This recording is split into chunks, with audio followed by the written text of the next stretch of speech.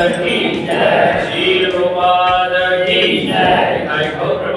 हरि हरि ओम अज्ञानतिमिरान्धस्य ज्ञानाञ्जनशलाकया चक्षुरुन्मीलितं येन तस्मै श्रीगुरवे नमः। श्रीचैतन्यमनोभीष्टं स्थापितं येन भूतले स्वयं रूप कदा मां ददाति स्वपदान्तिकम्। वन्देऽहं श्रीगुरु श्रीयुतापदकमलं श्रीगुरून् वैष्णवांश्च श्रीरूपं साग्रजातं सहगण रघुनाथान्वितं तं सजीवं सावधैतं सावधूतं परिजनसहितं कृष्ण चैतन्यदेवं श्रीराधा कृष्णपादान् सहगण ललिता श्रीविशाखान्वितांश्च। नमो विष्णुपादाय कृष्णप्रेष्ठाय भूतले श्रीमते भक्तिवेदांत स्वामिनिधि नामिने।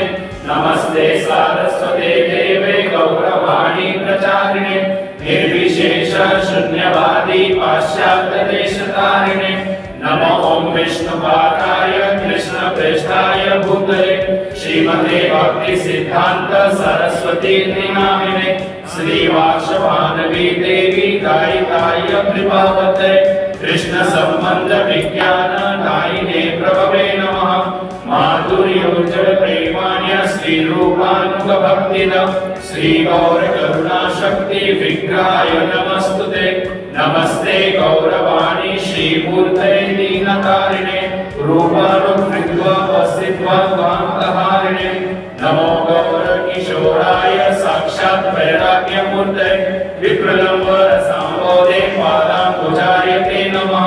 नमो भक्ति विनोदाय सच्चिदानंद नामिने गौर शक्ति स्वरूपाय रूपानुगवरायते। गौरा विभाग भूमेस्त्वं निर्दिष्ट सज्जन प्रिय वैष्णव सार्वभौम श्री जगन्नाथाय ते नमः। वाञ्छा कल्पतरुभ्यश्च कृपा सिन्धुभ्यैव च पतितानां पावनेभ्यो वैष्णवेभ्यो नमो नमः। नमो महावदान्याय कृष्ण प्रेमप्रदायते कृष्णाय कृष्ण चैतन्य नामिने गौरीतुषे नमः। पंचतत्त्वात्मकं कृष्णं भक्तरूप स्वरूपकं भक्तावतारं भक्ताख्यं नमामि भक्तशक्तिकं। हे कृष्ण करुणा सिन्धु दीनबन्धु जगत्पते गोपेश गोपिकाकान्त राधाकान्त नमस्तुते। जयतां सुरतो पंगो मर्म मंदावते गति मत्सर्वस्य पदाम्भोजो राधा मदन मोहनो दिव्य विवृन्दार्य कल्पद्रुमादः श्रीमद् रत्नाकर सिंहासनस्थो श्रीमद् राधा शील गोविंद देवो प्रेष्ठाल्यस्य विमान स्मरामि। श्रीमान रासरसारम्भी वंशी वटतटस्थितः दर्शन वेणु सुनिर्गोपी गोपीनाथश्रेष्ठुनः। तप्त कांचन गौरांगी राधे वृंदावनेश्वरी वृषभानुसुते देवी प्रणमामि हरिप्रिये। जय श्री कृष्ण चैतन्य प्रभु नित्यानंद श्री अद्वैत गदाधर श्रीवासादि गौर भक्तवृंद। हरे कृष्णा कृष्णा कृष्णा हरे हरे हरे राम राम राम हरे हरे। हरे कृष्णा कृष्णा कृष्णा हरे हरे हरे राम राम राम हरे हरे। हरे कृष्णा। जिन भक्तों ने पूरा कंप्लीट किया है थोड़ा सा हम क्वेश्चन से शुरू करेंगे, ठीक है। श्रीमद् भगवद गीता हमारे जीवन का मैनुअल है। भगवान ने भगवद गीता में बताया है कि कैसे हमारे जीवन में भगवद गीता हमें मार्गदर्शन देती है। अगर जीवन में सही मार्गदर्शन आप लोगों को चाहिए, आपको चाहिए, आपके बच्चों को चाहिए, आपकी फैमिली को चाहिए, तो जो श्रीमद् भगवद गीता है उससे बेहतर मार्गदर्शन आपको कहीं भी नहीं मिलेगा। श्रीमद् भगवद गीता जीवन का एक आधार हो रही है। जैसे हमारा इस सभी भक्तों का जो भगवद गीता है ना, ये पर्सनल आपका भगवान आपके साथ कुछ रहे चाहे ना रहे, ये भगवद गीता को लेके हमेशा अपने साथ रहे। ये भगवद गीता भगवान कृष्ण साक्षात इस भगवत गीता में है।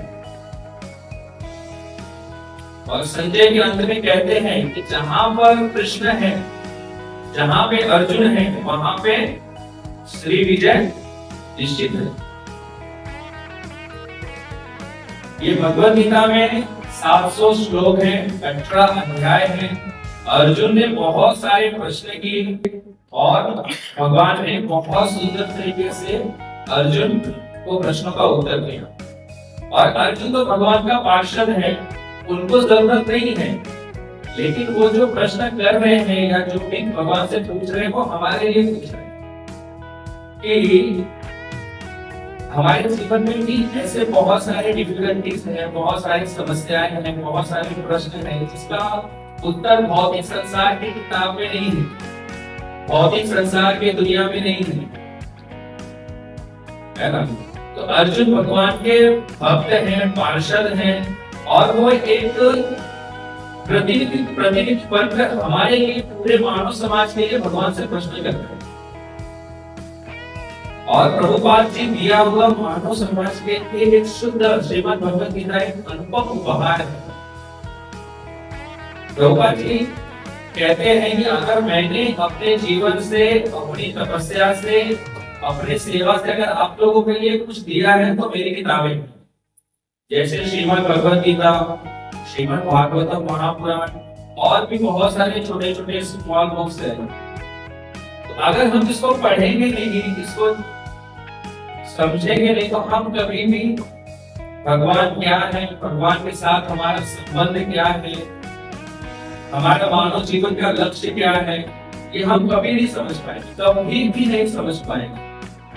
एक होता है विद्या, जिसको बोलते हैं ज्ञान, एक होता है अविद्या, जिसको बोला जाता है अज्ञान। तो विद्या जो है वो उसको प्रकाश के साथ तुलना किया गया है, और अविद्या जो है उसको अंधकार के साथ तुलना किया गया। विद्या और अविद्या, अगर आपके जीवन में आध्यात्मिक ज्ञान नहीं है, गुरु नहीं है, आचार्यों की शिक्षा नहीं है और उनके मार्गदर्शन में हम नहीं चल रहे हैं, तो भले हम भौतिक संसार में हमको ऐसे लग रहा है कि हम बुद्धिमान हैं, हमारे पास ज्ञान है, लेकिन वास्तव में हम सारे लोग अविद्या और अज्ञानता में अपना जीवन जी रहे हैं। अर्जुन को भी बहुत दुख लगा। अर्जुन, हम जब भगवत गीता का पहला चैप्टर पढ़ोगे सभी लोग, तो अर्जुन भगवान को बहुत समझा रहे हैं कि मेरे ये हितैषी है, मेरे दाऊ है, मेरे काका है, मेरे गुरु है, मैं इनको मार दूंगा, इनका वध कर दूंगा, है ना, तो क्या होगा, कोई स्त्रियां दूषित हो जाएंगी, अधर्म फैलेगा। तो अर्जुन ने भगवान को बहुत समझा है, लेकिन अर्जुन के पास जो ज्ञान है वो क्या ज्ञान है? असली में और अधूरा ज्ञान, पूर्ण ज्ञान नहीं है। इसीलिए भगवान अर्जुन को जब दूसरा अध्याय शुरू होता है तो अर्जुन को डांटते हैं, क्या बोलते हैं? किंतु बहुत बड़े मूर्ख हो, तुम तो बातें ऐसे कर रहे हो जैसे तुम बहुत बड़े विद्वान हो, लेकिन तुम्हारे लिए बातें क्या है? मूर्खतापूर्ण है। और फिर सेकंड अध्याय से भगवान शुरू करते हैं अर्जुन को आत्मा के बारे में और शरीर के भेद के बारे में ज्ञान देना शुरू करते हैं। आत्मा अलग है और शरीर अलग है।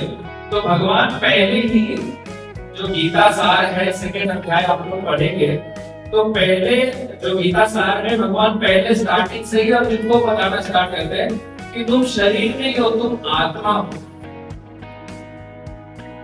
तो शरीर नश्वर है, लेकिन आत्मा क्या है? नश्वर नहीं है। आत्मा को कोई नहीं मार सकता। और ये जितने भी सामने अपोजिट साइड में जितने भी आपके जो शत्रु खड़े हैं, इनके शरीर नष्ट होगा, लेकिन आत्मा को कोई नष्ट नहीं कर पाएगा। और भगवान अर्जुन को दिव्य चक्षु भी देते, और जब दिव्य चक्षु से अर्जुन जब देखते हैं तो सभी शरीर के अंदर आत्मा प्रकट होती है, आत्मा उनको दर्शन होता है। तो भगवद गीता में कहा गया है कि ना तो उसको जला सकते हैं, ना सुखा सकते हैं, ना किसी अस्त्र से मार सकते हैं, ना किसी शस्त्र से मार सकते हैं। आत्मा कभी मरता ही नहीं। तो जो चीज मरता नहीं उसको कौन मार सकता है संसार में? कोई मार सकता है? ये शरीर मरेगा, लेकिन आत्मा कभी नहीं मरता है। तो अभी हम सब लोगों का जो जीवन है या हमारा जो ज्ञान है या हमारा जो जीवन चल रहा है वो सिर्फ और सिर्फ शरीर स्तर पर, आत्मा का अनुभूति हमें है नहीं, बिल्कुल नहीं, 0% है। हमारा जो मूल स्वरूप क्या है, आत्मा है। हम सब क्या है, आत्मा है, ये शरीर। तो भगवान ने इस सृष्टि को चलाने के लिए एक पुरुष का शरीर दिया, एक स्त्री का शरीर दिया, बट इन सभी शरीरों के अंदर आत्मा है और आत्मा क्या है, स्त्रीलिंग। तो ये संसार में जितने भी लोग हम सब क्या है, स्त्री है, प्रकृति है, भगवान की शक्ति है। तो ये सृष्टि को संचालन करने के लिए भगवान ने हमें शरीर दिया। तो हम तो शरीर लेकर जीते हैं। हमको बचपन से जो नाम मिल गया, जो पेट मिल गया, जो सर्दी मिल गया, हम उसमें अपना जीवन जीते हैं। हम तो भूल ही जाते हैं कि समाज में, सोसाइटी में कभी हमें आत्मा के बारे में, भगवान के बारे में, आध्यात्मिक ज्ञान के बारे में कहीं बताया ही नहीं गया। तो हम भौतिक शरीर में सब कुछ मानकर, अपने शरीर को सब कुछ मानकर उसी चेतना से हम जीवन जीते हैं। तो जैसे एक शरीर को थोड़ा सा कष्ट होता है, परेशान हो जाते हैं, डिस्टर्ब हो जाते हैं। ये शरीर को जैसे ही थोड़ा सा परेशानी मिलता है, थोड़ा सा तकलीफ आता है, थोड़ा सा तपस्या करना पड़ता है, बहुत डिस्टर्ब हो जाता है। और डिस्टर्ब होके क्या करते हैं, ब्लेम करने लगते हैं। क्योंकि शरीर, चेतना जो है वो शरीर के स्तर पर है। अगर जैसे उदाहरण के तौर पे मान लीजिए आपने गाड़ी ली, 4 व्हीलर लिया, गाड़ी आपने पार्किंग में खड़ा किया हो, बराबर है। कोई बड़ा डंपर या ट्रक आया और उस गाड़ी को उड़ा दिया, ठीक है। तो जिसने गाड़ी लिया उसको दुख होगा कि नहीं होगा, होगा कि नहीं होगा? क्यों दुख होगा? वो आदमी तो गाड़ी नहीं है ना, तो दुख क्यों होगा? वो गाड़ी को उड़ाया, आपको तो नहीं उड़ाया, तो सही से खड़े उड़ाया किसको? गाड़ी को उड़ाया, लेकिन दुख होगा कि नहीं? रोना स्टार्ट हो जाएगा, नहीं तो बीपी बढ़ जाएगा। शरीर अलग से है ना, लेकिन उस गाड़ी के साथ में हम इतना ज्यादा आसक्त हो जाते हैं, उसके साथ हमारे इतने इमोशंस हो जाते हैं, उससे हम इतना लगाव हो जाता है कि ऐसा लगता है गाड़ी नष्ट हो गया तो हम नष्ट हो। हम ये भूल जाते हैं कि उस गाड़ी को खराब करने वाले हम ही। गाड़ी को कुछ हो गया तो ऐसा लगता है हमको सब कुछ हो गया। तो यही प्रभाव हमारे जीवन में है। आत्मा अलग है, शरीर के अंदर जो आत्मा है वो अलग है और शरीर जो है वो अलग है। लेकिन जब शरीर को कुछ होता है तो हमको यह दुखी होता है कि मुझे बहुत कुछ हो गया, मेरा ये नष्ट हो गया, मुझे ये दुख हो रहा है, मुझे ये परेशानी हो रही है। तो हमारे जीवन में अभी हमें आत्मा अनुभूति नहीं हुई, इसलिए भगवान अर्जुन को आत्मा के बारे में बताते हैं। जैसे अर्जुन शोक करता है कि मैं इनको मारूंगा तो मेरे दादा मर जाएंगे, मेरे गुरु मर जाएंगे, मेरा रूप नष्ट हो जाएगा, सब नष्ट हो जाएगा। भगवान उनको बोलते तुम मूर्ख हो, ये संसार में कोई किसी को नहीं मार सकता, आत्मा को तो कोई नहीं मार सकता है। आप ये दर्शन करो। तो जब अर्जुन आत्मा दर्शन करते हैं तब उन्हें अनुभूति होता है कि वास्तविक क्या है। तो ये जो भगवत गीता है, ये भगवत गीता आपको आत्मा दर्शन कराती है, भगवान के साथ आपके संबंध को स्थापित कराती है। इस भगवत गीता को पढ़ने के बाद, है ना, कितने लोगों ने पूरा भगवत गीता पढ़ लिया है? बात बताइए। ठीक है, 2-3 क्वेश्चन हो जाएंगे। 2 क्वेश्चन प्रभु जी में, 2 क्वेश्चन माता जी में। भगवत गीता पढ़ने के बाद सार क्या, आप लोगों ने क्या सोचा?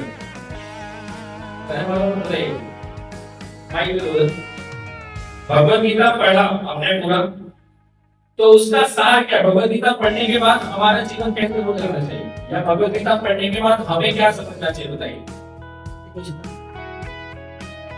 गीता पढ़ने के बाद तो ऐसा लगता है कि भगवान ने दिल के ज्ञान दे रहे हैं, क्योंकि हम भौतिक जगत से उबारने की ज्ञान है, हमारा विचार को नष्ट करने के लिए ज्ञान दे रहे हैं। और वो 5 सब्जेक्ट में ज्ञान देते हैं, जीव न्याय, वर्ग न्याय, प्रकृति न्याय, ईश्वर न्याय और काल न्याय। ये सब सब्जेक्ट किसी में हम किसी सारा जो भी हम सोच सकते हैं, समझ सकते हैं, इसी विषय में, इसी सब्जेक्ट के बारे में कुछ सोचते हैं। तो भगवान दिव्य ज्ञान देते कि कर्म कौन सा करना चाहिए, कौन सा नहीं करना चाहिए, प्रकृति में जो गुण है, रजोगुण, तमोगुण, सतोगुण कैसे बांट के रखता है। भगवान मुझे जिंदगी को भी थोड़ा ऊपर उठना है और सर्वोपरि ये आगे भक्ति करो। भगवान बताते कि भगवान कौन है, तो हमारा ये आगे जो जाते तभी चीजें हम समझ पाते और भगवान की सेवा करते और अपने आप को मुक्त कर पाते इस पद्धति के गुण से।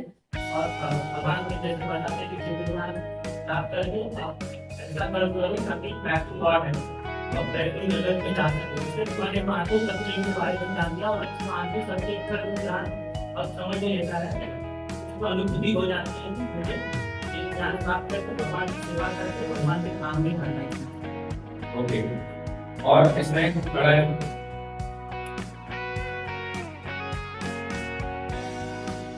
और इसका विषय कोई टॉपिक किया है भगवदगीता मैच को आपने कंप्लीट किया है।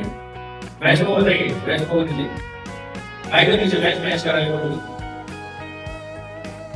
आपने भगवदगीता पूरा पढ़ा है तो क्या अनुभूति किया आपने? इससे हम लोग अपनी मदद से पूरा समझने वाला शरीर मदद करता है, वो इसकी आत्मा को प्रदान करने के और ये मोहमाया का ज्ञान करके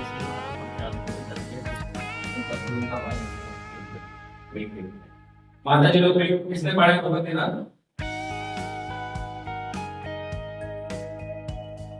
आप पढ़ेंगे पढ़े मनीषा माता जी लोग?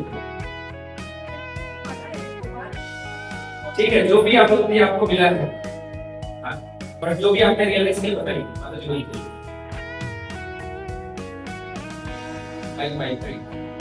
बताइए।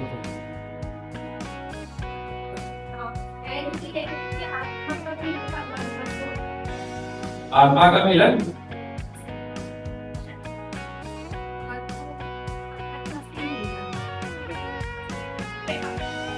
ठीक है, और माता जी में कौन पढ़ा है?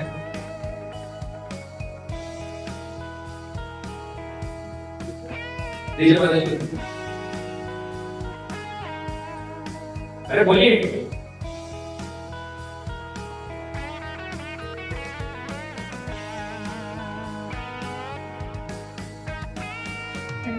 हरे साथ में भगवदगीता पढ़ने के बाद हमें ये पता चलना चाहिए कि अपने जीवन से कैसे करनी चाहिए और हम उसका अनुभव करनी चाहिए, कैसे हर जगह से करके प्रयास करके भगवत नाम करना चाहिए।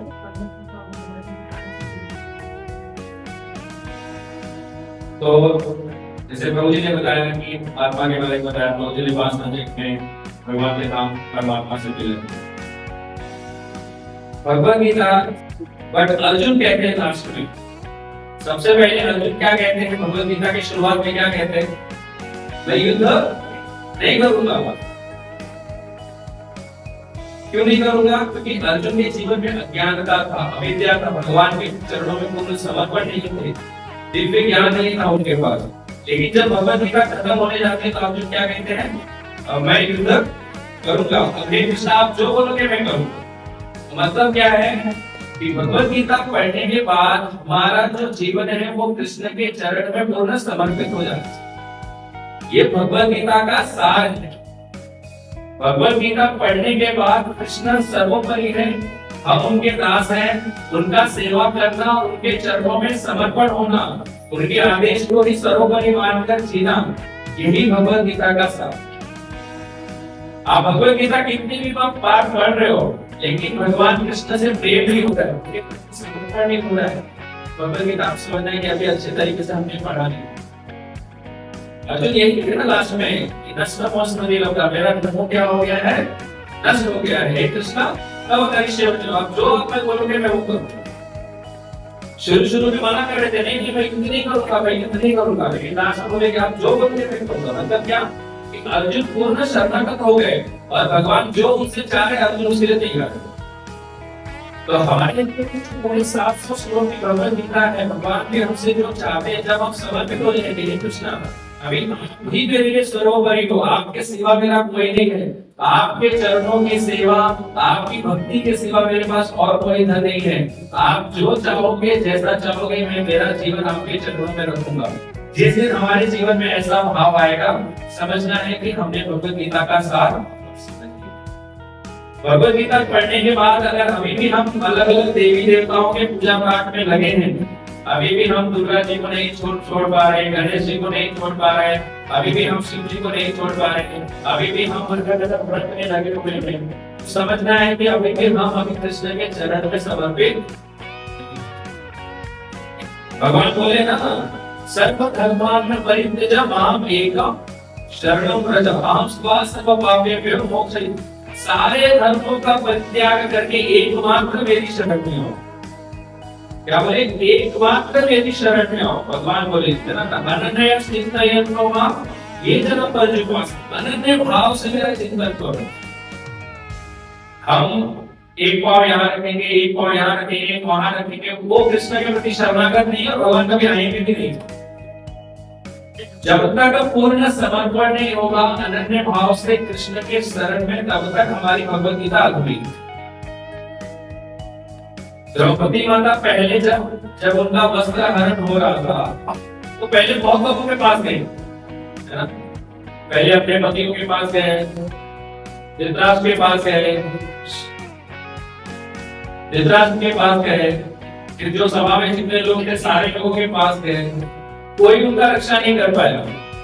लेकिन भगवान भी नहीं आ रहे थे, क्यों? क्योंकि वो भगवान के शरणागत नहीं हुए थे। अभी भी संसार में दूसरे के ऊपर डिपेंड थे। अभी भी सोच रहे थे मेरी रक्षा ये करेंगे, मेरी रक्षा ये करेंगे, मेरी रक्षा ये करेंगे। इसीलिए भगवान नहीं आ रहे थे। भगवान का एक ही चीज है, क्या है? पूर्ण समर्पण। इसीलिए जब हम दोनों हाथ ऊपर उठा के जो कीर्तन करते हैं, उसका भाव यही है। जैसे एक छोटा बच्चा जब रोता है, उसकी माँ जब आती है तो दोनों हाथ ऊपर उठाता है, क्या है कि मुझे अभी आप गोद में उठा लो, है ना?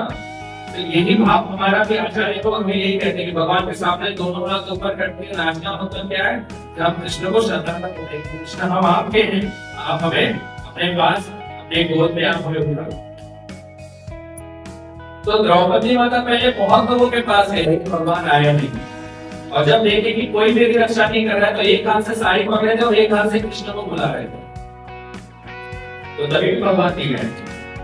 तो जब द्रौपदी जी ने सोच लिया कि अब इस संसार में मेरी रक्षा कोई नहीं कर सकता है कृष्ण के सिवा, तो पूर्ण शरणागत होकर दोनों हाथ ऊपर करके भगवान गोविंद के चरण में समर्पित हो गए। और कृष्ण कृष्ण हे मुरारी हे गोविंद वासुदेव करके भगवान को बुला। भगवान साड़ी के रूप में बिना शरण, भगवान कहाँ थे? वैकुंठ में, द्वारिका में थे। और द्रौपदी माता का हरण कहाँ हो रहा था? हस्तिनापुर में। द्वारिका से हस्तिनापुर कितना दूर है कि नहीं? हम फ्लाइट में जाएंगे तो टिकट निकालना पड़ेगा पहले, है कि नहीं? भगवान को कोई जरूरत नहीं है, भगवान तुरंत वहां से बिना प्लेट किए आगे और द्रौपदी माता का रक्षण। तो ये हमें विश्वास होना चाहिए। जब हम भगवत गीता पढ़ते हैं, भगवान कहे ना कि सब धर्मों का मतलब जितना भी जीवन में आपने जो कुछ भी रास्ता आपने अपनाया है, जो भी आपने अपने अनुभव से जी रहे, किसी का सुना हुआ, किसी का देखा हुआ, ये वो सारे चीजों को छोड़ के मेरे पास हो। जब तक हम बिजी रहेंगे, भगवान के प्रति शरणागत नहीं होगा, कृष्ण के प्रति प्रेम भी नहीं आएगा। ये भगवान की शर्त है। जैसे द्रौपदी माता दोनों हाथ ऊपर उठा के शरणागत हुए ना, वैसे ही आपको पता है जो ये क्या नाम है इनका, परीक्षित महाराज की माता जी ने उनका नाम क्या था? उत्तरा। उत्तरा बहुत बुद्धिमान थी।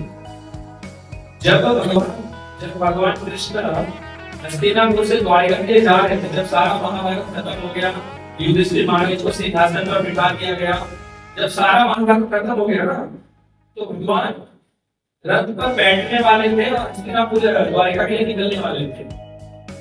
तो जैसे ही भगवान रथ के ऊपर बैठे, उतना भागते हुए भगवान कृष्ण के पास आए और बोले कि मेरी रक्षा करो, मेरी रक्षा करो कृष्ण, हे कृष्ण मेरी रक्षा करो, मेरी रक्षा करो। क्या हुआ कि एक जलता हुआ लोहे का पाट मेरे गर्भ की तरफ आ रहा है और जो मेरे गर्भ में जो बच्चा है उसको नष्ट कर देगा।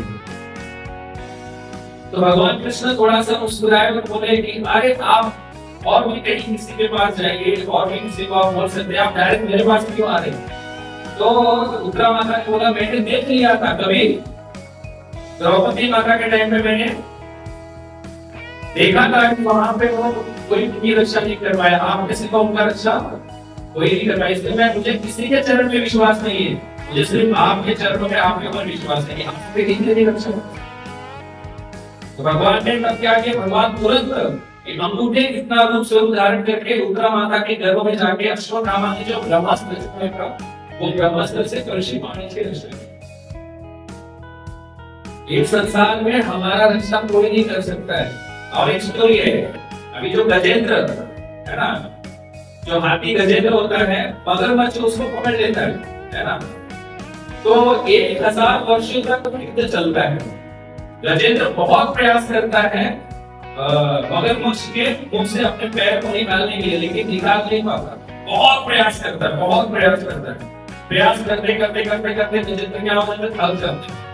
तो उनको समझ में आता है कि ये जो बंधन है ना, इसको ये कोई सांसारिक बंधन नहीं है ना, ये भगवान का दिया हुआ बंधन है, और इससे अगर कोई निकाल सकता है तो भगवान कृष्ण ही निकाल सकते। तो इसीलिए एक फूल उठा के भगवान को बुलाए, और भगवान को इतना तेजी से आ रहे थे कि गरुड़ जो थे वो थक गए। तो भगवान क्या किए, एक हाथ से गरुड़ को पकड़ के दो, गजेंद्र को रक्षा करते हैं। तो ये जो भगवत गीता है कि भगवत गीता का सार यही है कि हम भगवान कृष्ण के चरणों में समर्पित। भगवत गीता में कितने सब्जेक्ट हैं, प्रभु जी ने अभी बताया। माता जी लोग में से बताइए, भगवत गीता में कितने सब्जेक्ट हैं? कौन कौन सा?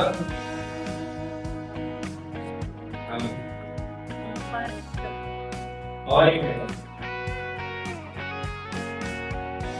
आत्मा बोला था। भगवत गीता में कितने गुणों के बारे में बताया गया है? प्रभु जी से कोई बताइए। 3 गुण। हाथ उठा के बताइए। सत्वगुण, रजोगुण, तमोगुण।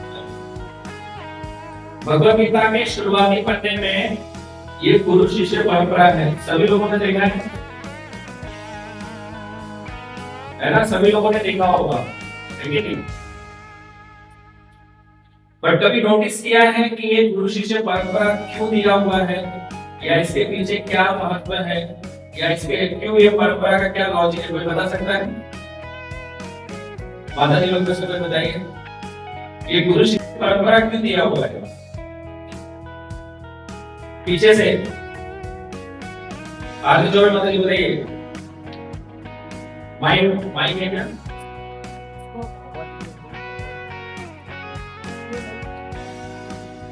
रख लेके दौड़ के लेके जाओ, जल्दी जल्दी जल्दी रख लो। आप जाओ।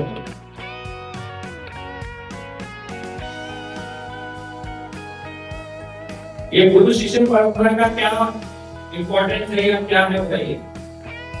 का जो बताया गया है चित्र, वहाँ पर समर्पण भाव है, मतलब मनुष्य को सद्गुरु के चरणों में समर्पण भाव भी होना चाहिए, तभी आपको आत्मा का ज्ञान और आत्मा का उद्धार होगा। ओके। गुरु परंपरा मतलब कोई क्वेश्चन पूछेगा कि ये मतलब ज्ञान कहाँ से आ रहा है, तो हम लोग बोल सकते हैं कि ये गुरु परंपरा से आ रहा है। भगवान ने ये भगवद गीता में बोला है कि ये ज्ञान है बहुत करोड़ों वर्ष पहले सूर्य को दिया था, जैसे सिस्टमैटिक स्टेप बाय स्टेप ये ज्ञान आ रहा है, ऐसे कोई डायरेक्टली आके ये ज्ञान प्रदान नहीं कर रहा। तो ये दिव्य ज्ञान सिस्टमैटिक स्टेप बाय स्टेप परंपरा के थ्रू आ रहा है, वही दिव्य ज्ञान जो भगवान ने ब्रह्मा जी को दिया था सबसे पहले ज्ञान, उससे सिस्टमैटिक आ रहा है, वही ज्ञान हम लोग फॉलो कर रहे हैं। तो इसमें कोई भेदभाव नहीं, कोई मिलावटी ज्ञान नहीं, ये शुद्ध ज्ञान भगवान के द्वारा आ रहा है हमारे पास। और गुरु परंपरा इसके लिए बताया गया है कि ये जो भगवद गीता है श्री कृष्णा से आई हुई है, उनके बाद में जो जो गुरु है उनका डिटेल दिया गया है। ओके।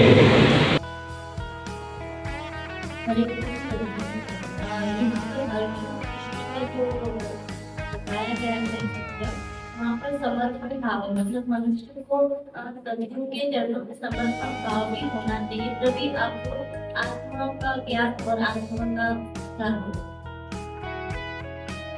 ये जो यहाँ पे लिखा हुआ है गुरु परंपरा, आप भगवद गीता का 4वां अध्याय पढ़ेंगे तो भगवान बोलते हैं एवं परंपरा प्राप्त।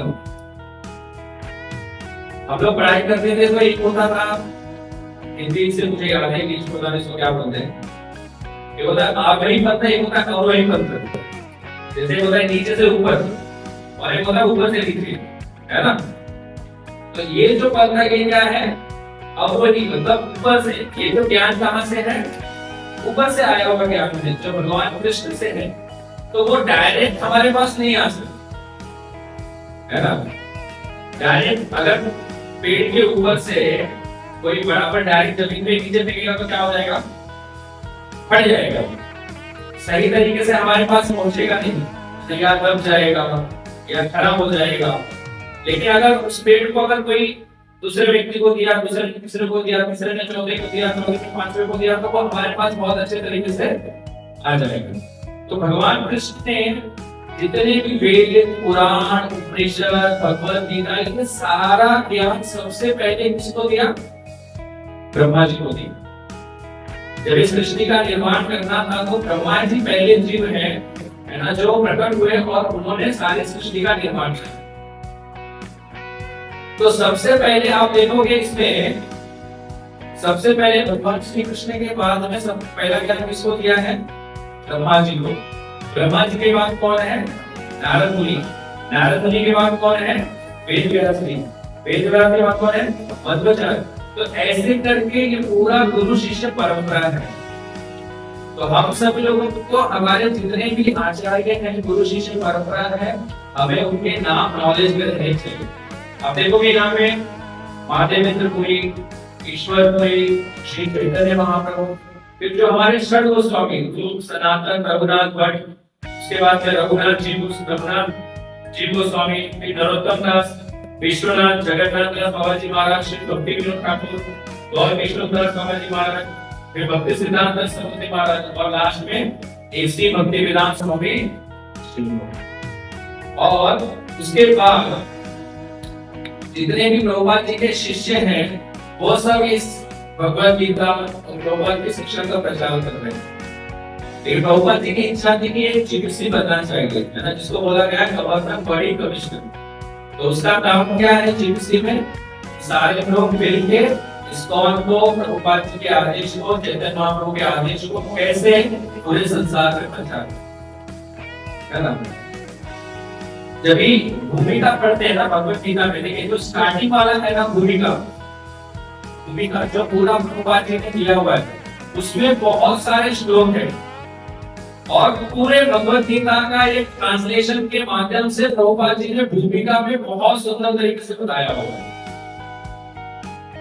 अगर हम भूमिका अच्छे से पढ़ते हैं, उसमें जो भी श्लोकास दिया है या प्रभुपाद जी जो बताना चाहते हैं, उसको हम अगर अच्छे से पढ़ेंगे तो हम भगवद गीता बहुत अच्छे तरीके से समझ जाएंगे कि भगवद गीता में प्रभुपाद जी या भगवान श्री कृष्ण क्या उपदेश देते हैं।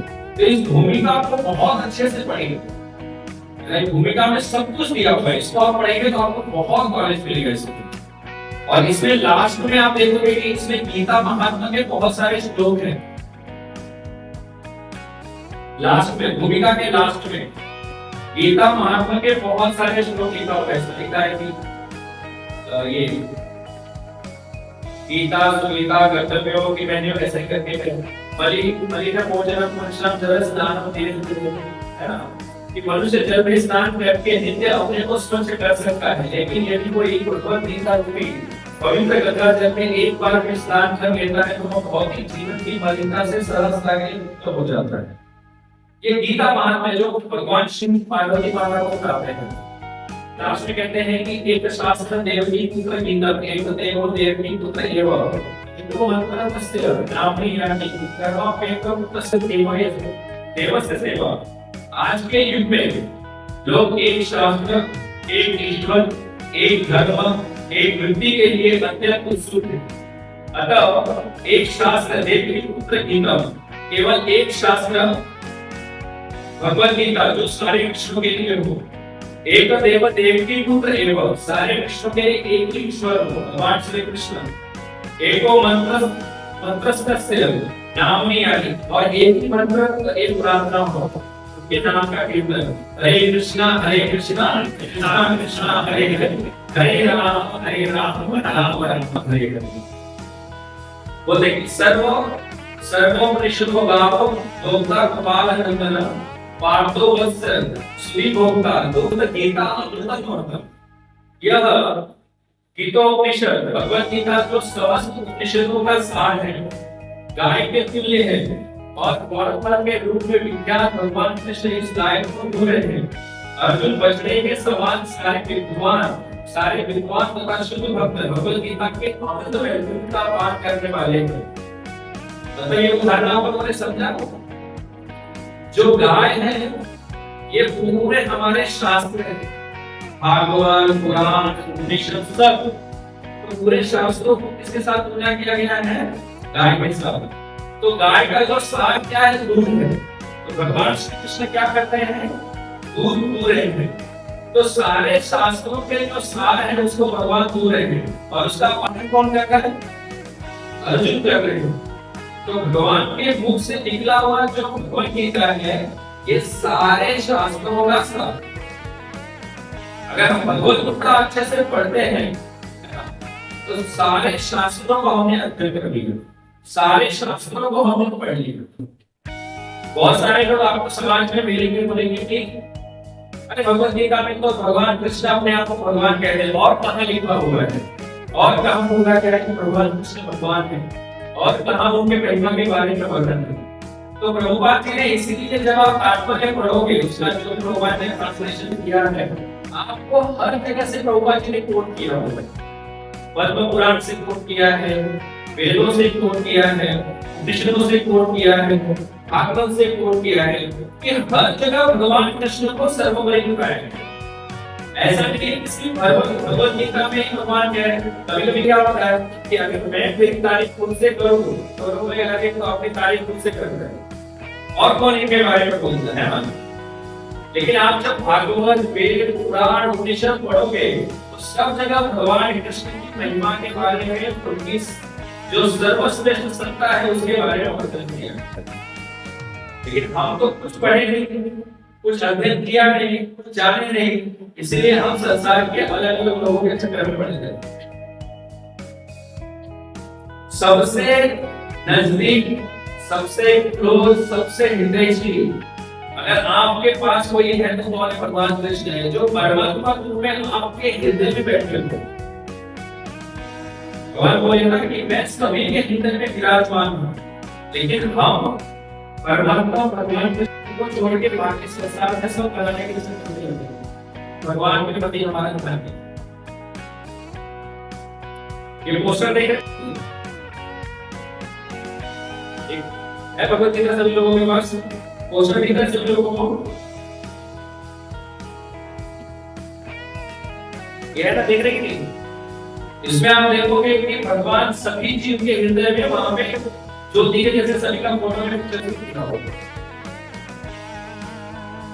इसमें लिखा है कि प्रत्येक जीव के हृदय में उससे स्मृति है, ज्ञान है तथा विस्मृति होती है, बल्कि वेदों के द्वारा जानने योग्य हो। इस संदेह में वेदांत का संकलन करता था समस्त वेदों को जानने पर। भगवान यहाँ मतलब कि ये सारा शास्त्र वेद सब कुछ मुझे ही जानने का है। अलग अलग जो धर्म है जैसे इस्लामिक है, मोहम्मदियन है, क्रिश्चियनिस्ट है, बुद्धिज्म है, या यहूदी है, या पारसी है, या बुद्धिज्म जो लोग भी है, या सिख समाज के लोग हैं, सारे लोग इसको ढूंढ रहे हैं, भगवान को ढूंढ रहे हैं। कृष्ण के पास ही उनका जो भी प्रार्थना प्रेम जो कुछ है पर वो जान नहीं पाते, इसीलिए अलग अलग माध्यम से लोगों को सेवा में लगे हुए हैं। तो प्रभुपाद जी जब आए तो प्रभुपाद जी ने सारा जो भी पिछली बात उसको खत्म कर दिया। ये जितने डाउट्स थे ना सबको खत्म करके प्रभुपाद जी ने कहा कि Krishna the supreme personality of godhead, भगवान कृष्ण ही सर्वश्रेष्ठ है।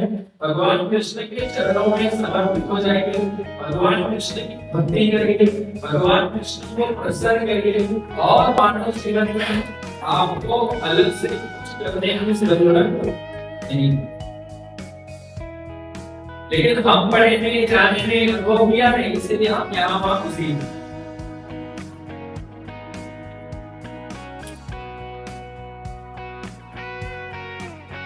भगवत गीता का पहले अध्याय का नाम क्या है?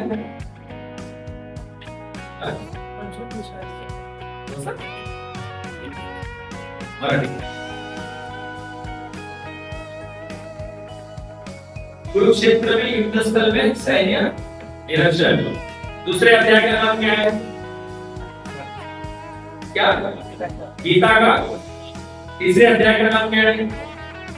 कर्मयोग। चौथे अध्याय का नाम क्या है? ज्ञान योग। पांचवें अध्याय का नाम क्या है? कृष्ण भावना बदले कर्म। छठवें अध्याय का नाम क्या है? ध्यान योग। सातवें अध्याय का नाम क्या है? सातवें अध्याय का नाम क्या है? भगवत ज्ञान। आठवें अध्याय का नाम क्या है? भगवत प्राप्ति।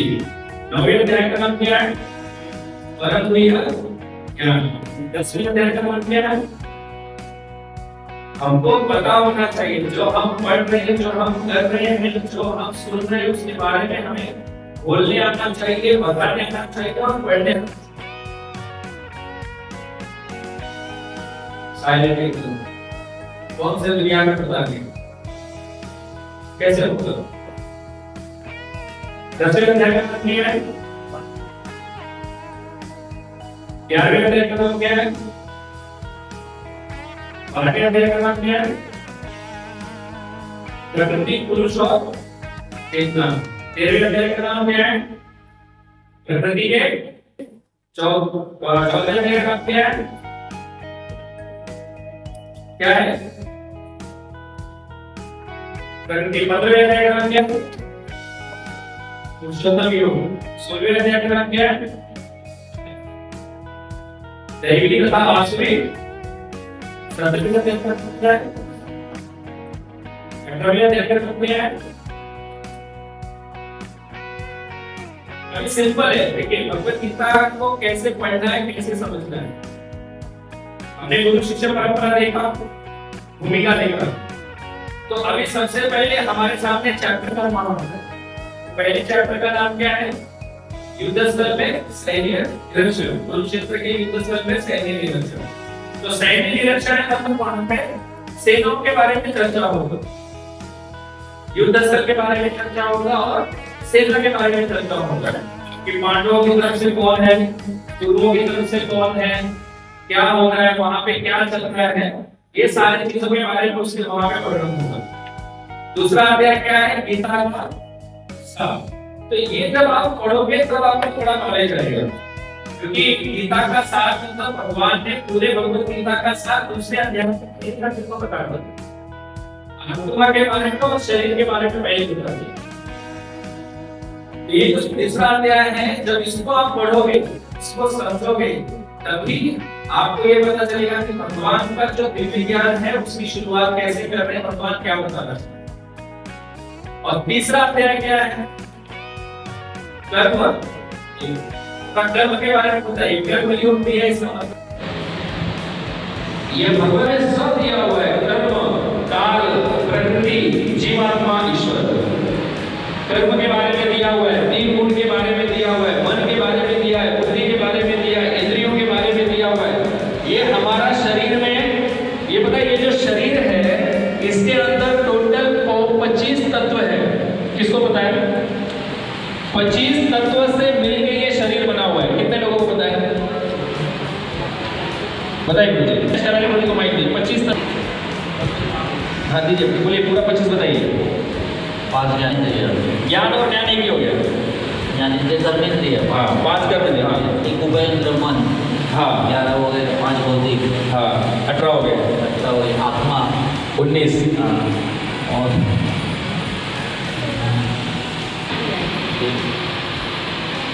है जिससे हमारा ये शरीर बना हुआ है और वो कार्य। तो सभी लोग ध्यान से सुनिए। 5 कर्मेंद्रिय।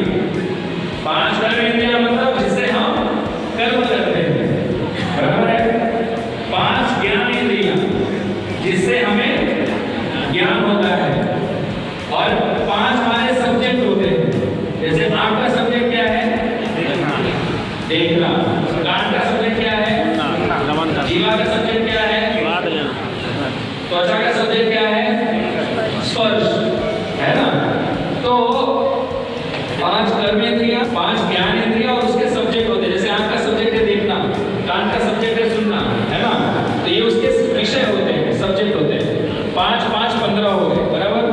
उसके बाद में पंच महाभूत, पृथ्वी जल अग्नि वायु आकाश से हमारा ये शरीर बना है। कितना हो गया? 20। उसके बाद में मन बुद्धि और अहंकार, कितना हो गया? 23। और 24 क्या है? आत्मा। और 25 क्या है? परमात्मा। बुद्धि दिखती है नहीं, मन दिखता है नहीं, लेकिन सबसे स्ट्रॉन्गली यही काम होता है, इससे काम होता है। तो इस भगवत गीता में सब कुछ दिया हुआ है। हाँ, जैसे 3 गुण है, सतोगुण, रजोगुण, तमोगुण, है ना? तो ये 3 गुण का हमारे जीवन में क्या प्रभाव पड़ता है, उसका भी भगवत गीता में वर्णन है। सतोगुण का क्या लक्षण है, तमोगुण का क्या लक्षण है, रजोगुण का क्या लक्षण है। अगर हमारा जीवन सतोगुण में है तो हमारा जीवन कैसा होगा वो भी बता रहे हैं। हमारा जीवन अगर तमोगुण में है तो मैं बताता हूँ तमोगुणी व्यक्ति का लक्षण क्या होता है? आलसी होगा।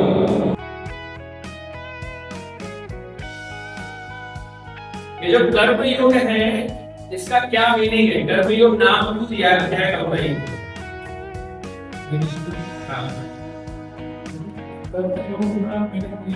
भगवान ने अर्जुन को बताया, अर्जुन की माता से हमको बताया जाता है कि उसको जो भी करेगा पहले भगवान के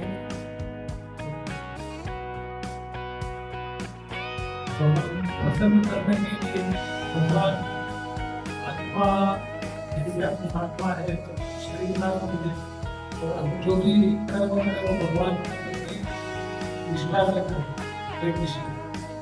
ओके, दीपक को बताइए कर्म क्या है? बोलिए कर्मयोग क्या होता है भाई? देखिए इसका मतलब कर्म योग, योग मतलब क्या? योग मतलब क्या? नहीं जोड़ना एक मिनट मत बोलिए। हाँ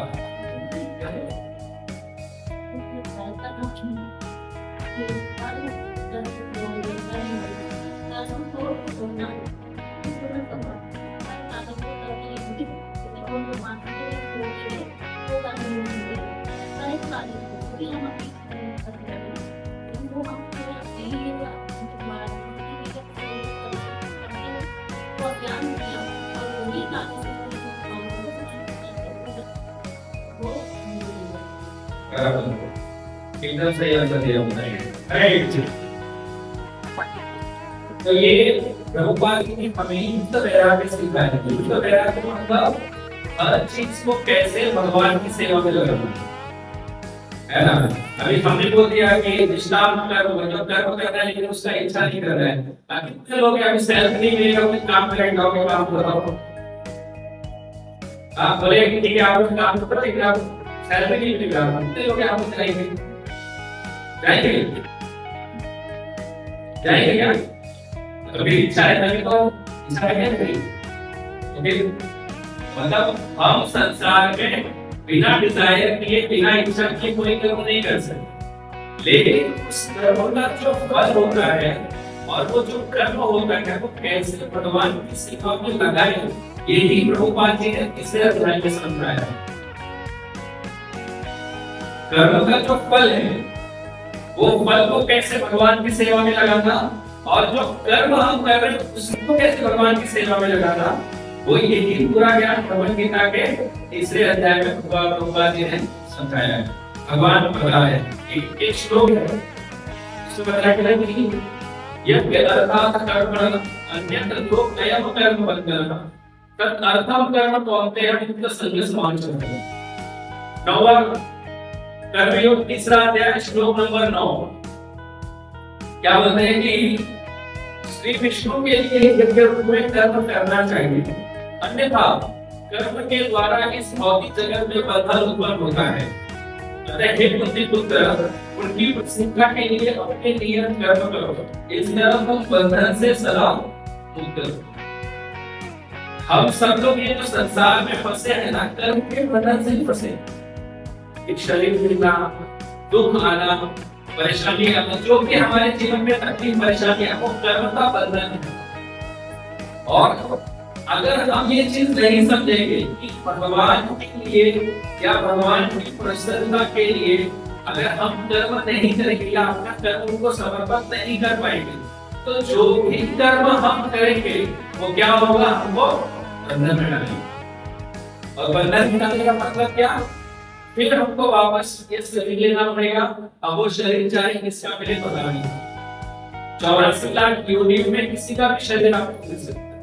इसीलिए यहाँ पे भगवान अर्जुन को क्लियर बता रहे हैं कि अगर उनकी प्रसन्नता के लिए अपने नियम कर्म करो, इस तरह तुम बंधन से सदा मुक्त रहो।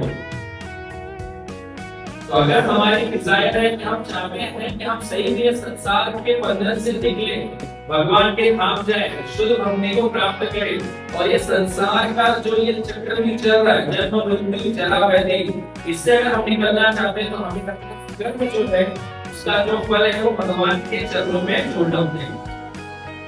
अगर वो हम नहीं कर रहे हैं, हमें एक तैयार रहना चाहिए कि हम बंधन में बंध रहे हैं, अपने कर्म के बंधन में हम खुद ही बंध रहे हैं। जैसे एक मगर की जाला बनानी है, उसके अंदर खुद फंसे रहते हैं, वैसे ही हम अपना कर्म का जाला बना रहे हैं, उसके अंदर खुद।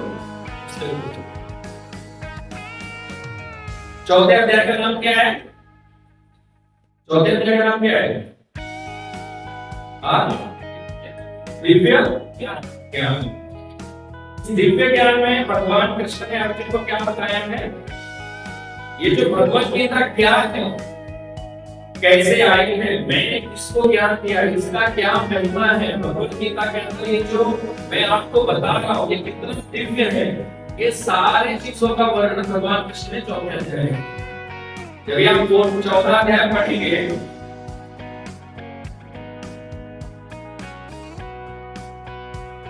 स्टार्टिंग में बोल रहे हैं इमाम विवस्ते योगम योगनापान अहम अवेद युष्मान परमेगा अनुविच्छवा के अवेद।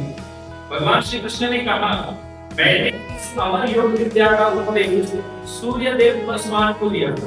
वसुमान ने मनुष्यों के पिता मनु को उपदेश दिया और मनु ने इसका उपदेश इक्ष्वाकु को दिया। तो यहाँ पे कुछ 12 करोड़ साल पहले तात्पर्य में लिखा हुआ है कहीं पे कि 12 करोड़ साल पहले भगवान कृष्ण ने ये भगवत गीता का उपदेश किसको दिया था? सूर्य देव को दिया था। तो ये भगवत गीता कितनी पुरानी है और आज भी हमको उपलब्ध है, हमको मिल रहा है, हमें प्राप्त है। तो ये किसके वजह से? गुरु आचार्यों के वजह से हमको भगवत गीता मिलती है। और फिर भगवान कहते हैं ये परंपरा छिन्न हो गई थी, इसलिए मैं तुम्हें वापस करूंगा। ये जो भगवत गीता का जो चौथा अध्याय है,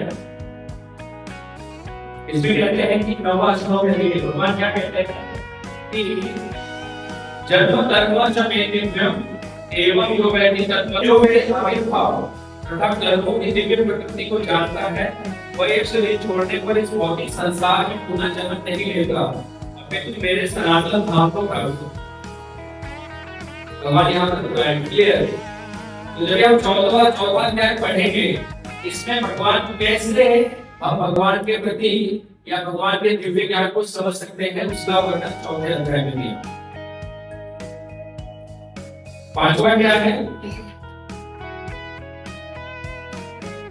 कर्म योग कृष्ण भावना भविता कर्म। 5वें अध्याय में क्या कर्म योग भी है, उसके साथ में कृष्ण भावना भविता कर्म है। तो जो तीसरे अध्याय में जो उस थोड़ा सा रह गया था कि कैसे हम अपना कर्म कृष्ण भावना भवित बनाएं, कैसे अपना हर कर्म भगवान को समर्पित करें, भगवान जी ने 5वें अध्याय में पूरा किया। जो 5वां अध्याय आप पढ़ेंगे, 5वें अध्याय में देखिए यहाँ पे लिखा हुआ है, स्टार्टिंग वाला जो श्लोक है ना, देखो अर्जुन ने पहले भगवान को प्रश्न किया। क्या प्रश्न किए कि संन्यासम कर्मणां कृष्ण पुनः योगं सच्चिति यस्य एत योगकम कर्मे भविष्य निश्चितम। अर्जुन ने कहा, हे कृष्ण, आप पहले मुझसे कर्म त्यागने के लिए कहते हो और फिर भक्ति पूर्वक कर्म करने का आदेश देते हो। क्या आप कृपया करके निश्चित रूप से मुझे बताएंगे कि इन दोनों में से कौन सा अधिक लाभप्रद है? पहले भक्तों ने कहा था कि निष्काम कर्म करना चाहिए या जो कर्म का फल है उसका इच्छा नहीं करना चाहिए। लेकिन दूसरे में अर्जुन कह रहे हैं कि आप तो मुझे एक बार कर्म का त्याग नहीं के कहते हो, लेकिन फिर आप मुझे कहते हो कि भक्ति पूर्वक कर्म करो। इसमें से दोनों में श्रेष्ठ क्या है? तो यहाँ पे दूसरे श्लोक में भगवान अर्जुन को बताते हैं कि संन्यासः कर्मयोगस्य निःश्रेयः सकरः वो तयोस्तु कर्म संन्यासात् कर्मयोग विशिष्यते। भगवान ने उत्तर दिया के लिए तो कर्म का परित्याग तथा भक्ति का कर्म दोनों ही उत्तम है, किंतु इन दोनों में से कर्म के परित्याग से भक्ति युक्त कर्म श्रेष्ठ है। तो भक्ति करते हुए कैसे अपना कर्म करके भगवान की सेवा करना चाहिए, ये सर्वश्रेष्ठ है। बहुत सारे लोग बोलते हैं कि अरे पता ना बाहर जाते हैं समाज में, बहुत बोलते हैं तुम तो मंदिर चले गए, तुम तो साधु हो गए, तुम तो सब छोड़ दिया, तुम तो घर छोड़ दिया, तुमको कुछ काम धंधा से कुछ अभी नहीं करने, बोलते हैं, तो ऐसे कमेंट करते हैं। लेकिन यहाँ पे भगवान क्या कह रहे हैं कि भक्ति करते हुए कैसे हम अपना कर्म कर सकते हैं, उसके बारे में बात करते हैं।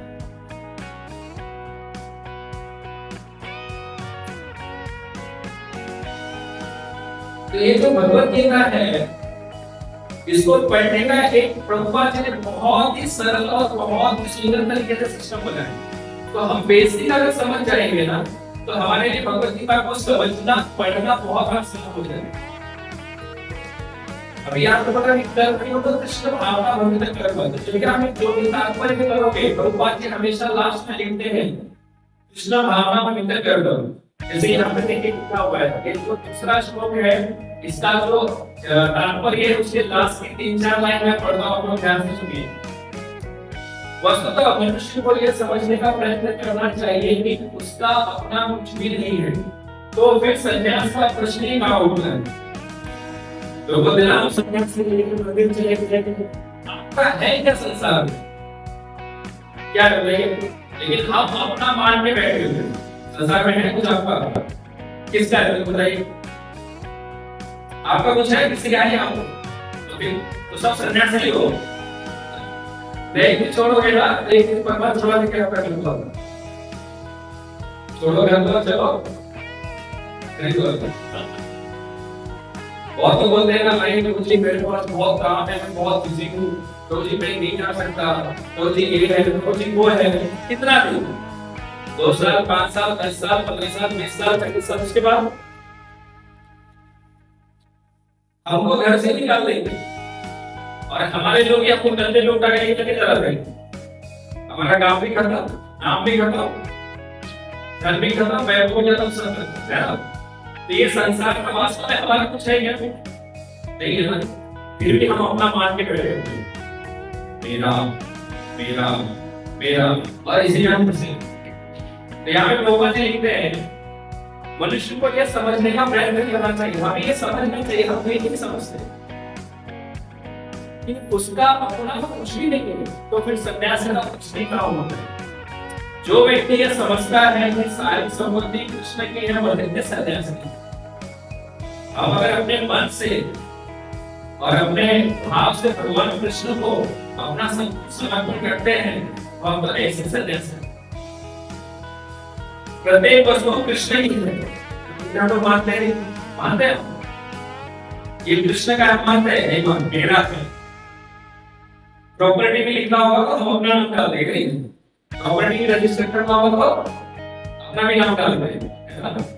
ये पृथ्वी पूरा संसार तो कृष्ण का है, इधर आए से पहले भी सब था, हम हैं तो भी रहेगा, हमारे जाने के बाद भी रहेगा। नाम किधर था, रजिस्टर किधर था, सब इधर ही रह जाएगा, ठीक है नहीं? कोई पूरे पृथ्वी को खरीद सकता है, कोई संसार को खरीद सकता है, कोई हवा को खरीद सकता है, पानी को खरीद सकता है, नहीं खरीद सकता। लेकिन हम कैसे मुंह में फंसे हैं, मेरा मेरा में फंसे। और बोलते हैं ठीक है थोड़ा सा ले लेते, हम उसमें बिजी रहते, नाम डालते हैं कि मेरे पास इतना एकड़ लैंड, मेरे पास उतना एकड़ जमीन। भगवान थोड़ा सा घुमा देंगे तो सब लैंड के लिए जाएगा, सब घर के लिए जाएगा। यहाँ पे प्रभुपाद जी उसका उपयोग कृष्ण के लिए किया जाना चाहिए। कृष्ण भाव का निमित्त होकर इस प्रकार का पूर्ण कार्य करना माया से नहीं मतलब है। यहाँ पर कृष्ण भाव का निमित्त होकर कर्म करना है ना।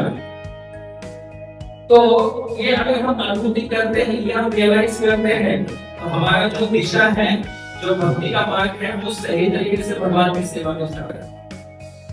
तो ये भगवत गीता पढ़ने का जैसे हमने शुरुआत में भी यही चर्चा की थी ना कि अगर हमारा जीवन मन भगवान के चरणों में समर्पित हो रहा है तो हम भगवत गीता को सही से पढ़ रहे हैं, सही से समझ रहे हैं। और यहाँ पे प्रभुपाद जी वही बात बता रहे हैं, हमें भी वही समझना चाहिए और जीवन में उसको लगाना चाहिए। छठवें अध्याय का नाम क्या है? छठवें अध्याय का नाम यहाँ पर योगा है ना। पहली योग था साधना, साधना तो कई प्रकार का है, साधना के तो कई प्रकार है ना, और उसको योग में नहीं जोड़ सकते। साधना एक अलग सब्जेक्ट है, कोई अलग मैटर है। आपका किसमें बिलीव है, हमारे धर्म में ना एक ये है बहुत बड़ा बुद्धा का बनाया हुआ है। तो एक दिन हम लोग ऐसे घूमने के लिए चले गए, तो चले गए तो एसी है और बहुत बड़ा हॉल है। हमने पूछा इसके अंदर जाके करना क्या है, बोले कुछ नहीं, अंदर जाके खाना। तो मैं अंदर गया, बैठा, मैं बोला मेरा जो चिंतन होगा मेरे को ध्यान लगेगा, सामने वाले का कुछ और चिंतन है उसका वो ध्यान लगेगा।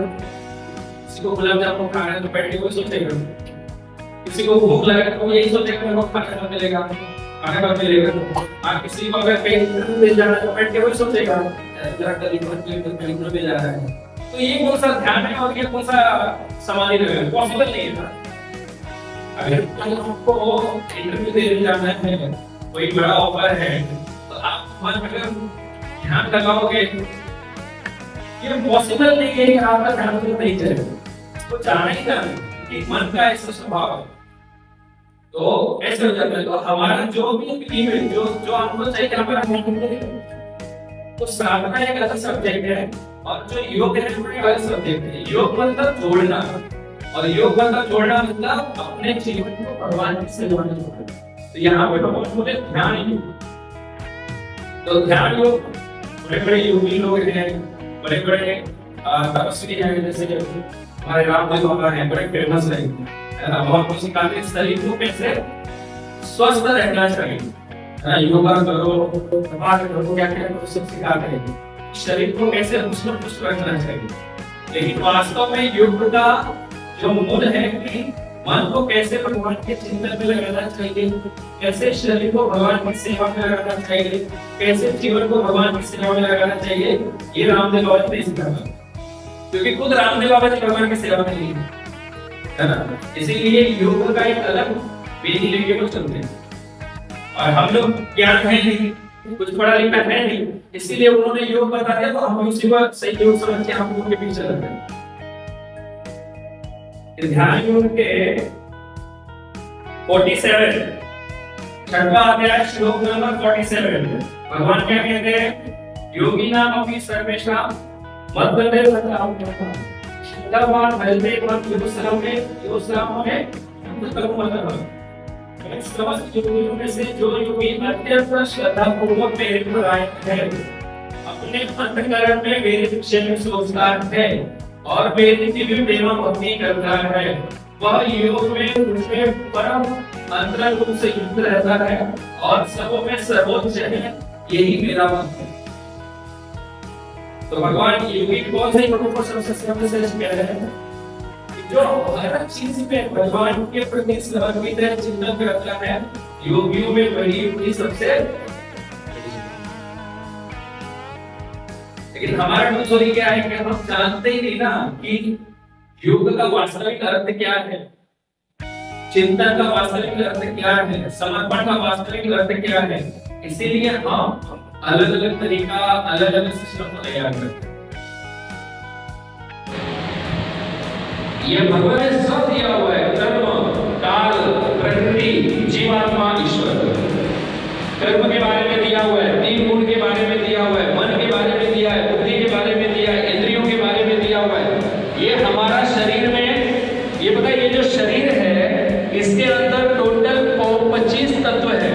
किसको पता है? 25 तत्व से मिलकर ये शरीर बना हुआ है। कितने लोगों को पता है? बताइए मुझे, शरारे बोलने को माइक दीजिए। 25 तत्व, हाँ दीजिए, बोलिए पूरा 25 बताइए।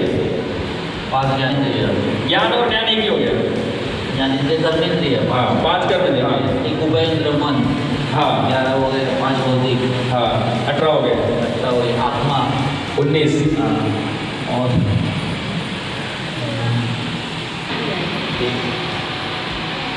में है जिससे हमारा ये शरीर बना हुआ है और वो कार्य। सभी लोग ध्यान से सुनिए। 5 कर्मेंद्रिय, 5 कर्मेंद्रिय मतलब जिससे हम कर्म करते हैं, बराबर है। 5 ज्ञानेंद्रिय जिससे हमें ज्ञान होता है, और 5 हमारे सब्जेक्ट होते हैं। जैसे आपका सब्जेक्ट क्या है? देखना। कान का सब्जेक्ट क्या है? जीवा का सब्जेक्ट क्या है? त्वचा का सब्जेक्ट क्या है? स्पर्श, है ना? तो 5 कर्मेंद्रिय, 5 ज्ञानेंद्रिय और उसके सब्जेक्ट होते हैं। जैसे आपका सब्जेक्ट है देखना, कान का सब्जेक्ट है सुनना, है ना? तो ये उसके विषय होते हैं, सब्जेक्ट होते हैं। 5 5 15 हो गए, बराबर। उसके बाद में पंच महाभूत, पृथ्वी जल अग्नि वायु आकाश से हमारा ये शरीर बना है। कितना हो गया? 20। उसके बाद में मन बुद्धि और अहंकार, कितना हो गया? 23। और 24 क्या है? आत्मा। और 25 क्या है? परमात्मा। बुद्धि दिखती है नहीं, मन दिखता है नहीं, लेकिन सबसे स्ट्रॉन्गली यही काम होता है, इससे ही काम होता है। तो इस भगवत गीता में सब कुछ दिया हुआ है। हाँ, जैसे 3 गुण है, सतोगुण रजोगुण तमोगुण, है ना? तो ये 3 गुण का हमारे जीवन में क्या प्रभाव पड़ता है, उसका भी भगवत गीता में वर्णन है। सतोगुण का क्या लक्षण है, तमोगुण का क्या लक्षण है, रजोगुण का क्या लक्षण है। अगर हमारा जीवन सतोगुण में है तो हमारा जीवन कैसा होगा वो बताइए। हमारा जीवन अगर तमोगुण में है तो तमोगुण में व्यक्ति का लक्षण क्या होता है? आलसी होगा।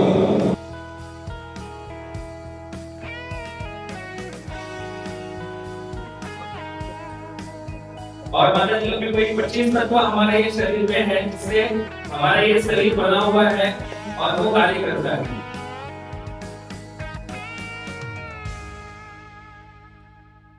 डिफिकल्ट है ना?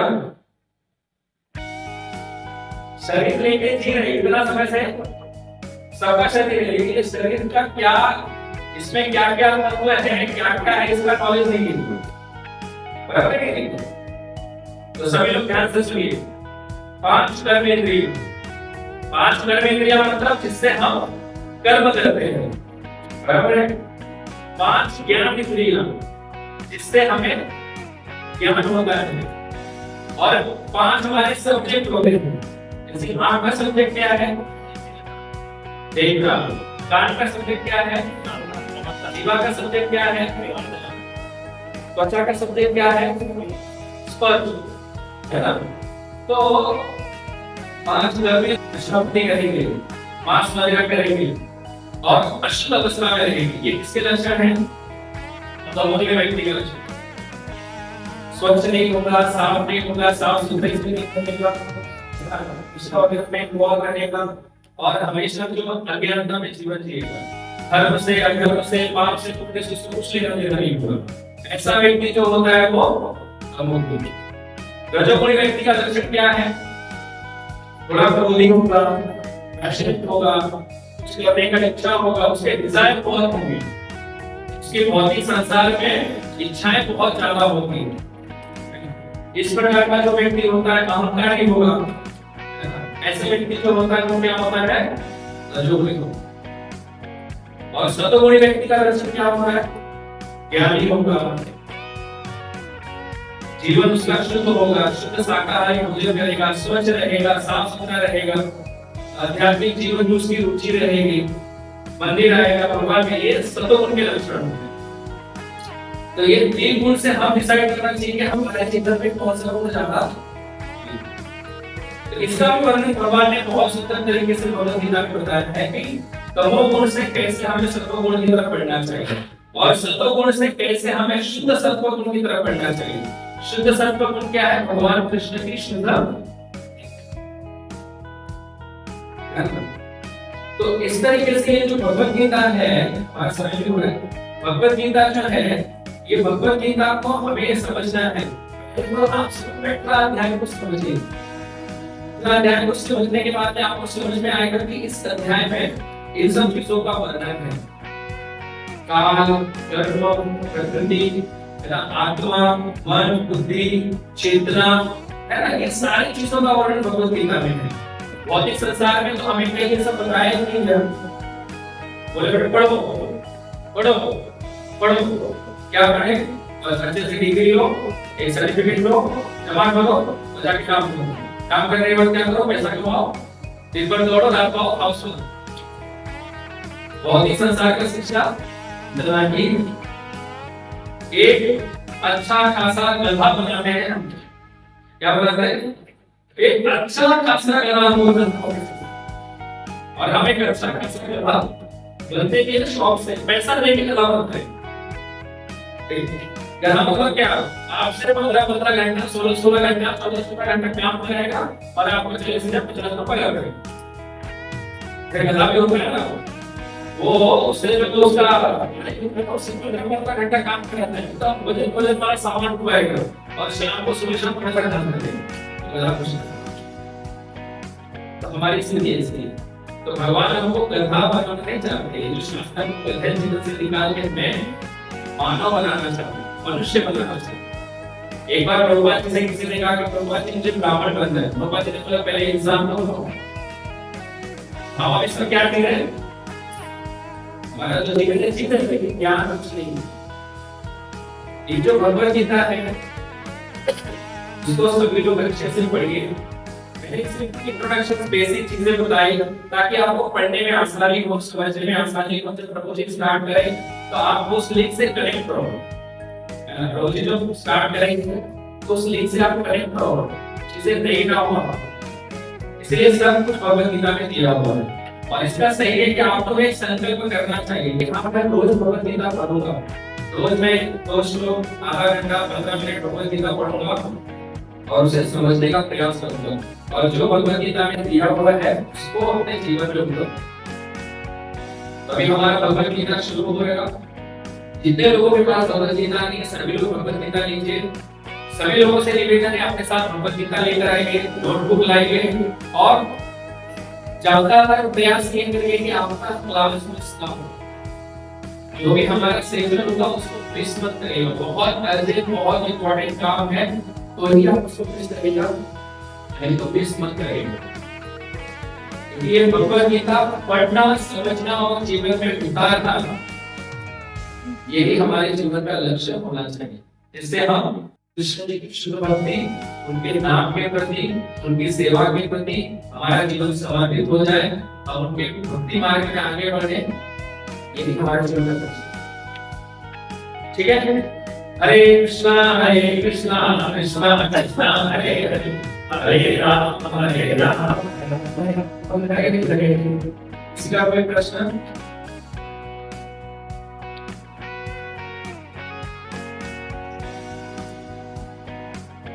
इसकी कोई प्रश्न नहीं? बोलिए। हम कार्य तो कर रहे हैं, लेकिन वो भगवान से जोड़ देंगे तो कर्मयोग हो जाएगा। हर एक कार्य को जो भी हम अपने जीवन में कर रहे हैं, यदि वो हम केवल अपने लिए या अपने परिवारजनों के लिए हम सोचकर करते हैं वो ज्ञान हो गया। और वही कार्य को यदि हम भगवान को समर्पित करते हैं तो वो कर्मयोग हो जाएगा। बराबर। देखिए ऐसा होता है कि अगर वो भगवान की भक्ति नहीं कर रहे हैं, अगर वो भगवान की भक्ति नहीं कर रहे हैं तो वास्तव में रहेगी।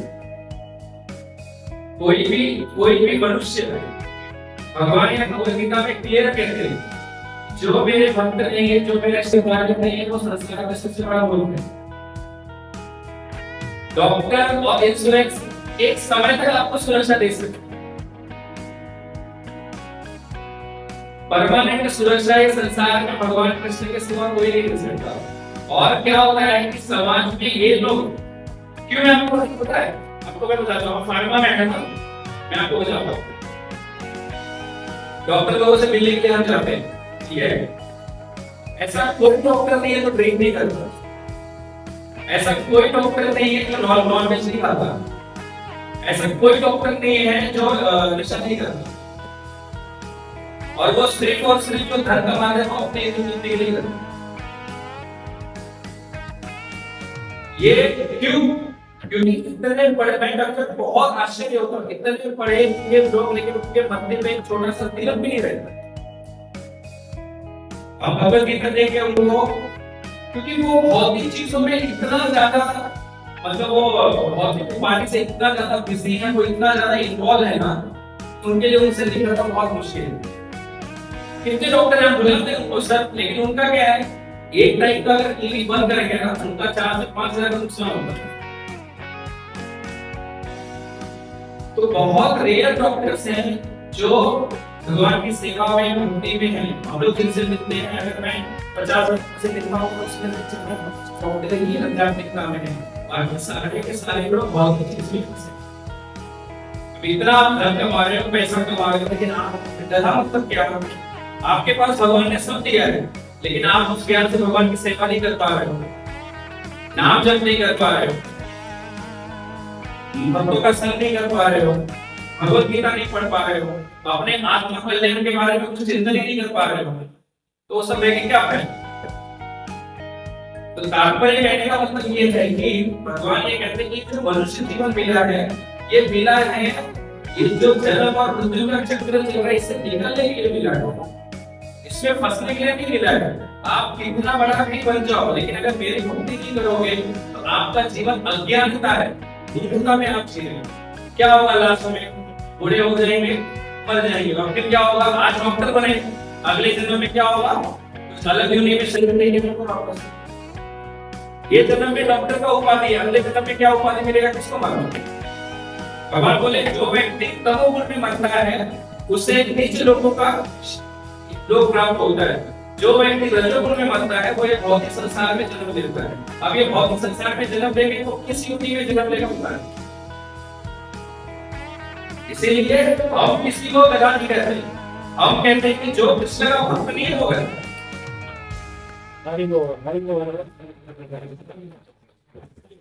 प्रभुपाद जब लंदन गए, अमेरिका गए ना, तो प्रभुपाद जी से किसी ने पूछा कि नरक का परिभाषा क्या है? क्या बोले? नरक का परिभाषा क्या है? तो प्रभुपाद जी बोले लंदन इज अ हेल। क्या बोले? लेकिन हम तो बड़े उत्साह में रहते लंदन जाने के लिए, लेकिन प्रभुपाद जी ने क्या बोला? London is a hello. London एक नरक समान है। वो जो पत्रकार को बड़ी चर्चा में लिखी प्रभुपाद बोले भाई यहाँ जहाँ देखो लोग मदिरा पी रहे हैं, लड़कियां एकदम इनोसेंट कपड़े पहन के घूमती है, कोई कल्चर नहीं, कोई संस्कृति नहीं है ना, कोई तो लोग स्वच्छ तरीके से रहते हैं, पत्र में लोग है ना तो नहाते हैं, ये लोग पानी नहीं यूज नहीं करते है ना। इसीलिए हमारे आचार्य लोग भजन गाते हैं यदि प्रभुपाद का होते तब के होते ये जीवन वही तक कैसे, अगर प्रभुपाद नहीं होते तो क्या होगा? ये जीवन का, इस संसार का, ये जीवन हम क्या थे? लोग भी तो वही थे, नरक में तो थे। जो कृष्ण भक्त बड़ा कृष्ण भक्त नहीं थे वो चाहे कोई भी, ठीक है, हमारा मकसद है कृष्ण भक्ति से, वो कृष्ण भक्ति करेगा वो मनुष्य भक्त रहेगा। और किसी का प्रश्न? संसार में एक एक कण कण में ईश्वर है और उनके ही रचयिता है। तो जो भी उन्होंने ये पाठ हमें दिया है, कहाँ जन्म दिया, किसको हमें जन्म दिया, कहाँ हमारी शादी ब्याह, जो भी है सब उन्होंने किया है। तो जब उन्होंने ही किया है तो हम इससे कैसे भाग जाएं? मैंने कहीं बोला भागने की? इससे संन्यास की जो आपने बात, बहुत बार ऐसा होता है सन्यासी होते हैं लेकिन उनका मन भौतिक संसार में होता है, और कुछ लोग ऐसे होते हैं भौतिक संसार में रह के भी भगवान की शरण में होते हैं। तो मैंने क्या पढ़ा उसमें? प्रभुपाद जी कहते हैं ना, मैंने पढ़ा, सुना कि नहीं आपने? नहीं सुना मैंने। हाँ, तो प्रभुपाद जी यही कहते हैं कि हर संपत्ति को कृष्ण मानिए, वो असली सन्यासी है। हाँ वही हम मानते हैं, लेकिन कलयुग है प्रभु जी, कलयुग है, हम भौतिक संसार में, हम मंदिर में ब्रह्मचारी नहीं है, मतलब हम लोग कहाँ है? तो हमने थोड़ी बोला मंदिर में ब्रह्मचारी हमने ये कहा, प्रभुपाद जी ये कहते हैं कि व्यक्ति को ये समझना चाहिए कि ये जो भी है वो उससे बड़ा सन्यासी व्यक्ति। हाँ जी, लेकिन मैं भी कह रही थी कृष्ण जी ने हमें बनाया, कि माँ बनाया, टीचर बनाया, जहाँ भी उन्होंने भेजा, उन्होंने ही भेजा हमें, तो हम इससे कैसे वो कर देंगे कि इसीलिए तो प्रभु मंदिर, इसीलिए तो प्रभुपाद जी बताए ना, हिंदी बताए कि विधि जो हम कर रहे हैं, मंदिर आना, 16 माला जप करना, भगवान को भोग लगाना, अपना जीवन भर भगवान की सेवा में लगा, इसीलिए तो प्रभुपाद जी स्टॉल बनाए, इसीलिए प्रभुपाद जी को प्रचार किए, इसलिए प्रभुपाद जी सत्संग बनाए कि ऐसे करते करते ही भगवान की सेवा। अभी इतने बड़े कला कलियुग में भी अगर किसी आचार्य की कृपा से हमको इतना सुंदर स्थान मिल रहा है, भक्ति मिल रहा है, बाहर कितना कड़ा धूप है, लेकिन कितना शीतलता में बैठ के सुन रहे कि नहीं। एक वैष्णव का अगर इतने बड़े कृपा है तो और क्या चाहिए, और इतना रहने के बाद भी अगर हम नहीं करेंगे तो फिर तो हम संसार में फंसे रहेंगे ऐसे। अरे खाना मना है। हाँ हाँ क्या मना है, ऐसा नहीं ना, मैं तिरुपति बालाजी गया था, उधर प्याज लहसुन का ही प्रसाद था, ऐसा क्यों? वो तिरुपति बालाजी है, हम कुछ बोल नहीं सकते। प्रभुपाद जी ने बोला है, हमारे जो वैष्णव आचार्य हैं कि हम जो भी बनाए बिना ऑनियन गार्लिक बनाए, भगवान को भोग लगाए, और तुलसी धारण जो है उसे चाय कॉफी लहसुन प्याज नहीं खाना चाहिए। हाँ, बाकी वहाँ लोग अलग अलग प्रकार के लोग हैं, अभी कहाँ कहाँ समझाए बता वो मतलब मैं तिरुपति बालाजी में ऐसा भी रखा था आदमी लोगों को, जिसने गले में तुलसी माँ की गोभी प्याज लहसुन उसका सेवन कर रहा था। ठीक है, अगर कभी कोई ऐसा मिलेगा तो हम बात करेंगे उनसे।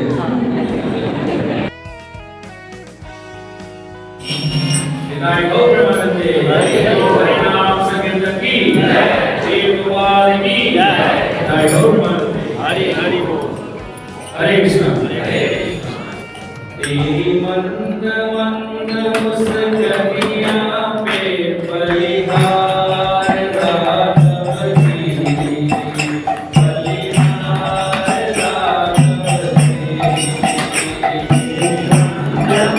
राघव